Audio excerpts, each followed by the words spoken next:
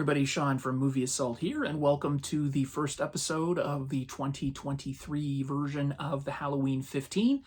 This time out, I'll be reviewing The Beast from 20,000 Fathoms, which was directed by Eugene Lurie. I believe that's how you pronounce his name. This I watched, and just sort of a guidepost for the rest of the entries in the Halloween 15. Everything that I watched this month is from my physical media collection. I did not do any streaming this year. I did not go to the theater this year for any of these movies. So for this one, this is from the special effects collection. You'll see right here, The Beast from 20,000 Fathoms. And since it doesn't have its own box, here is the artwork that is included. It was made in 1953.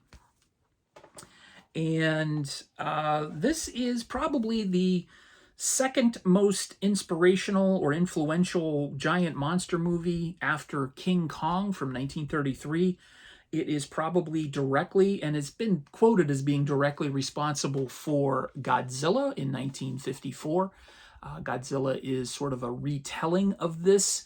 It was based on, I guess the story sort of echoed a Ray Bradbury story, so just to be sort of in good with Ray Bradbury, they bought the rights to the story.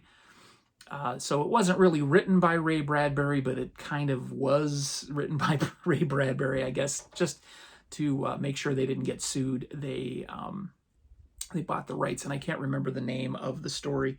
But anyway, this is one of the first, if not the first, atomic age monster movie where a monster is released into the world specifically because of an atomic bomb explosion. So there's an atomic test taking place at the North Pole in the Arctic, and it releases this beast that has been slumbering for 100 million years. It is cited by a professor. His name is Tom Nesbitt.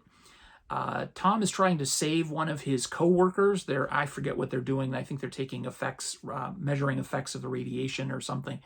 And his buddy falls into a hole, and while he's trying to rescue him, he sees this beast walking around in a blizzard, and he can't believe his eyes. So he tries to get the military to listen to him. They don't want to have anything to do with him. They think he's nuts. So he goes back to the States, and he tries to recruit a professor and his lovely assistant to take him seriously. And because he's so well respected, the assistant listens to him and starts showing him pictures of dinosaurs. And he picks out this one particular one that's called the Rhedosaurus.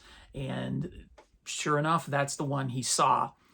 And then there are some sea serpent sightings off the coast of the US and the Atlantic. And Mr. Nesbitt gets the idea that if he can interview one of these guys who's seen this thing and have them identify the picture and corroborate his information, that people will start to believe him. Well, he finally gets his chance. They get an expedition. They go underwater. They find this creature, and one thing leads to another. And of course, the Rhedosaurus attacks New York City. This is very typical of the general arc of atomic age movies. The military is involved somehow, usually because of the atomic bombs.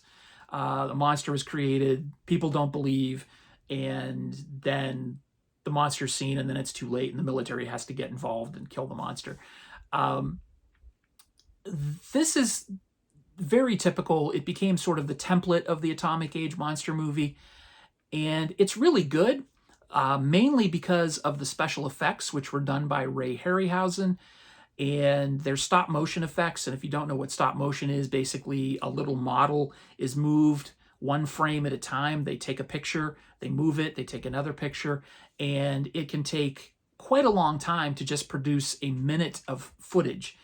But the secret behind that, when Ray Harryhausen does it, he takes the time not just to move it and make it look like it's moving.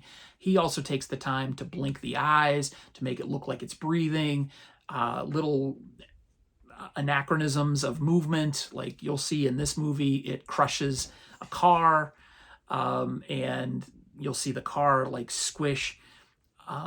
and then he'll bat the car away with his tail, things like that. It's just, it looks like a living, breathing creature rather than just a model that's moving. Now, with today's CGI and whatnot, you can tell it's not real. It's not as effective as CGI, but for its time, it was amazing stuff. And that's really the reason to see this film. The story is pretty generic. I mean, like I said, it became the template for every other giant monster movie that came after it. So there, if you've seen any giant monster movie, you've seen this story before. What is really worth recommending about this film is the special effects work of Ray Harryhausen. So if you're more into the special effects, I would add a point to this review, maybe 2 points. But as a film, it doesn't stand up as well today, but it's still really good.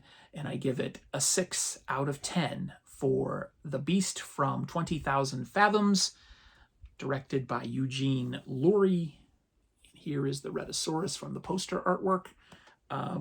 So there you go. That is the first entry in the Halloween 15 for October 2023. Thanks again for watching, and stay tuned for the next episode, which will be the giant spider invasion from 1975. Thanks, everybody. Take it easy.